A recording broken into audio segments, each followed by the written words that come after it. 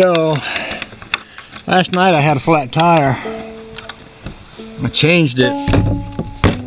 The one that went flat was my snow tire, and I need to fix it and put it back on. I think it's supposed to snow this weekend, so I'm gonna see what caused it to go flat. I might can put a patch in it. We'll see.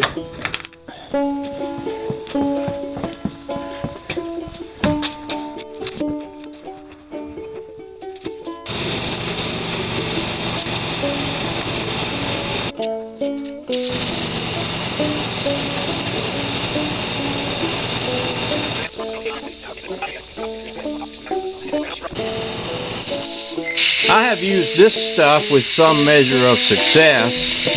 It's called slime. Basically, I think what it is antifreeze with some fiber in it. And the reason for the antifreeze is so that it won't freeze and turn into a big wad inside your tire. And the reason for the fiber is if there's a little tiny air hole, the fiber is supposed to stop up the little air hole. This is different than some of that instant tire fix-it in that it's not pressurized. You just squeeze it in there and leave it in there. The pressurized stuff will pump up your tire. It's sticky, and it kind of, once it gets, basically it's good for one use and then you're done with it. I've used this in a lot of stuff, lawnmower tires and Jeep tires and stuff like that.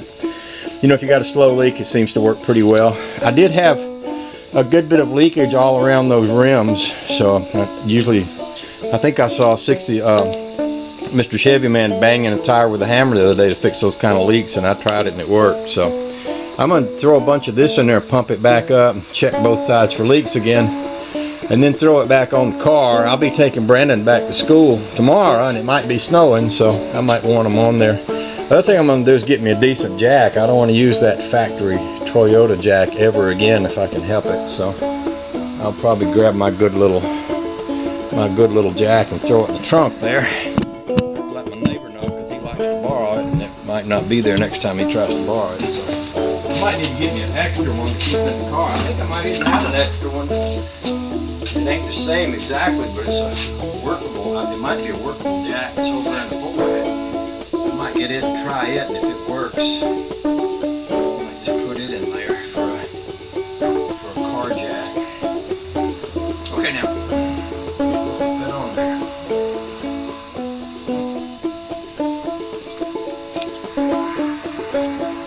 The way this stuff works, you just squeeze it in there. You can see it going through the hose.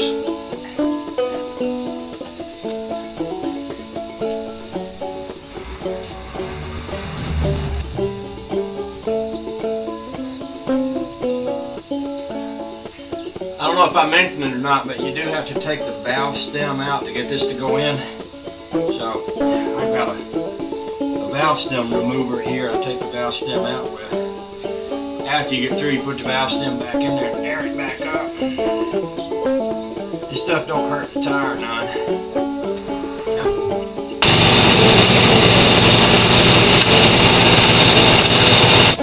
What I do now is I run a little water around the edge. If it leaks, it'll make bubbles. You can see the bubbles come up around the edge. And if I see bubbles coming up around, I just take this hammer and kind of beat on the tire till they stop. I'm not sure if I knew how to do that before I saw Mr. Chevy doing it, but it's a good, easy fix. It's easier than pulling the tire off a rim and smearing goop on it, putting it back on and on. So I don't see that side leaking. I got that up to about 30 pounds. I think I'm going to do them all. And then anybody want me to check the air in her car too.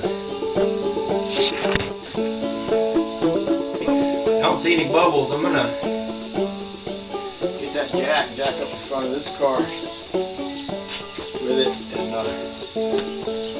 we'll throw that back on here. And I'm going to grab me a decent wrench out of the truck and throw it in the back of this car too, so I'll have that for next time.